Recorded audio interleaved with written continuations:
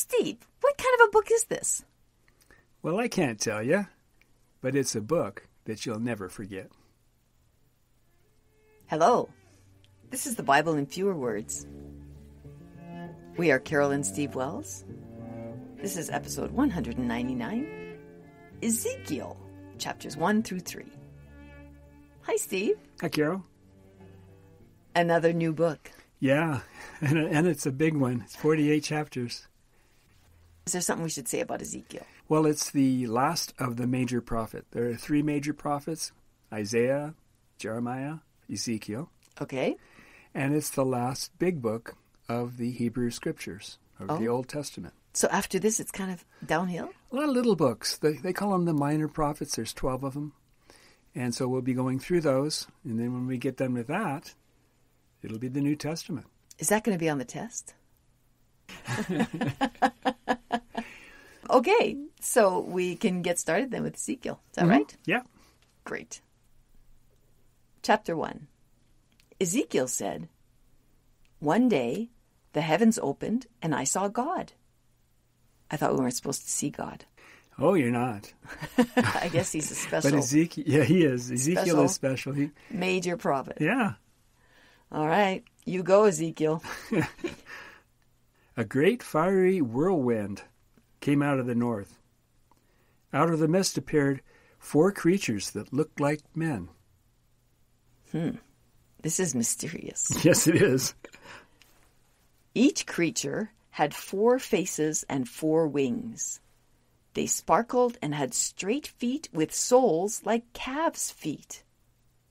They had human hands under their wings on all 4 sides. Each creature had the face of a man, a lion, an ox, and an eagle. I think I'm going to have to get my crayons out and see if I can draw this so I'll It would be remember quite an art it. project, wouldn't it? 2 wings were joined together, and 2 covered their bodies. The creatures looked like coals, lamps, fire, and lightning. Okay, how could you have something with wings that has the head of an ox that looks like fire? I mean, to me, it's just all too much to put into one. I don't know. And it also says in verse 3 that they look like men. A wheel was on the ground by the creatures, and there was a wheel within a wheel. The rims of the wheel were dreadfully high, and they had eyes round about all 4 of them. So, eyed wheels. Aha. Yeah. Wherever the creatures went, the wheels went with them. Well, that makes sense. Because the spirit of the creatures was in the wheels. Yeah. So this whole little description here has been used by many people. And there are many people that believe this, that this is the first description of a UFO. An unidentified flying object. Yeah. Yeah, if you go to Wikipedia and look up Ezekiel's UFO, you'll see that there's been books that have been written about it. And a lot of pictures, probably. There are pictures, but there are no good pictures because there's no way to picture this, right? Yeah, I was not wrong. Yeah, people try to draw it, but there's just no way. Okay. Verse 22. The firmament, or terrible crystal, stretched over their heads. You remember the firmament as Yes, being like an upside-down bowl. The lid of the sky, right? Yeah, this clear that you can see through. Mm-hmm. Their wings sounded like the voice of God from the firmament. Someone who looked like a man sat on the throne that was above the firmament. Well, I guess that would be God. Yeah, that's God. Yeah. Okay. Ezekiel isn't saying that it's God. Just mention a little bit about Ezekiel. You know how we sometimes say that the author doesn't claim to be Ezekiel. Well, in this case, the author does claim to be Ezekiel. He introduces himself in chapter 1 as Ezekiel. Okay. Hasn't done it yet, though. No, he has. I just left it out. Okay. Thank you. Verse 27. I saw his loins both upward and downward. His loins appeared to be on fire, with brightness round about. Well, that sounds like a UFO. Loins being on fire? Oh, this is the man. This is the God. man. Okay. Yeah. No. I think the man's sitting up above the firmament there, like on a throne, and he might have wheels on his chariot, maybe, and maybe that's some of these wheels things. I don't know. But one thing that he's kind of focusing on here, and it's something that many people have also focused on, is this idea about him seeing God's loins.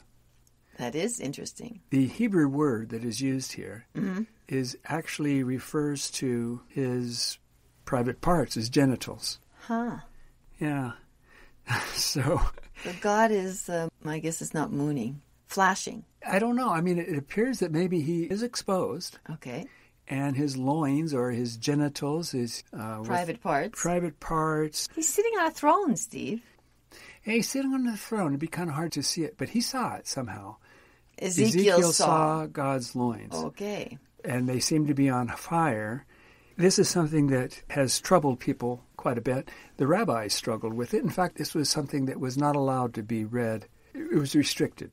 In the synagogue? The times when this could be read was restricted.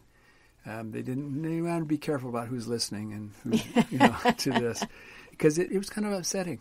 I'm upset. Yeah. The next verse says, "This appeared to be the glory of the Lord. When I saw it, I fell on my face."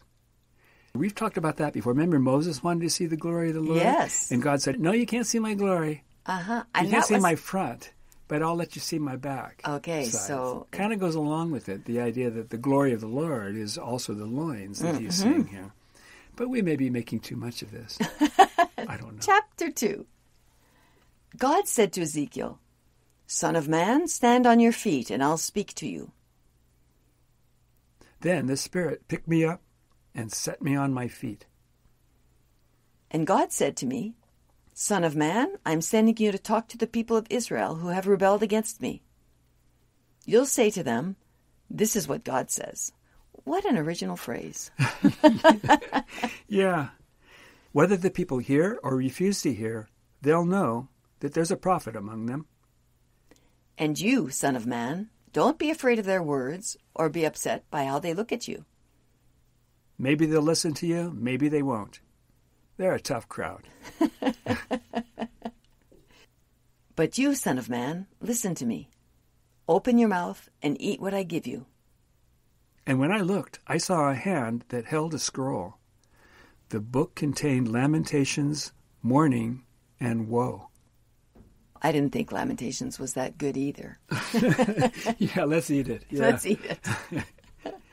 It's interesting here that God himself is reaching out, or he's having a hand. It might be an angel's hand. Unattached hand. Just Unattended hand.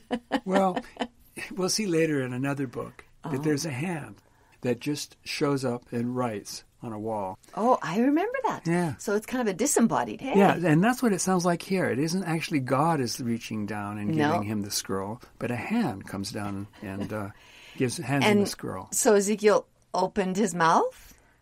Well, that's what it says in the next chapter. Verse? Okay. So chapter 3. God said to me, "Son of man, eat this scroll and fill your bowels with it." It really was not good. So I did that, and it was as sweet as honey. Yeah. So I don't know what the point of that is, but... He wants him to really ingest it, absorb it into his life. Yeah. Oh, I think maybe this is what it is. God is feeding him these words, and he's really making them a part of his body, right? And now he's going to tell the people, the words that he expresses are going to be a part of him that he's incorporated from that scroll with the words on it. Yes. Yeah. So they're going to have to listen to Lamentations. It's not the book of Lamentations, I don't think. Oh, okay. It's just, more Lamentations. Lovely. Yeah. All right. Verse 4. God said, "Son of man, go speak my words to the people of Israel. But they won't listen to you. They don't listen to me either. I've made your face strong against their faces, and your forehead strong against their foreheads. Your forehead is harder than flint, so don't be afraid of them." Verse 12. Then the Spirit took me up, and I heard a voice say, "Blessed be the glory of the Lord." I also heard the wings of the creatures and the noise of the wheels. Then the Spirit lifted me up and took me away. I wasn't happy about it, but God's hand was strong on me. I wonder if this was really God's hand or the disembodied hand. Yeah, I don't know. But we still have these creatures around and their wheels and stuff during all of this, I guess. Verse 16. 7 days later, the word of God came to me, saying, I've made you a watchman for the people of Israel. Warn them for me. When I say to wicked people, you will die, and you fail to warn them, and I kill them for their wickedness, you'll be responsible for their deaths.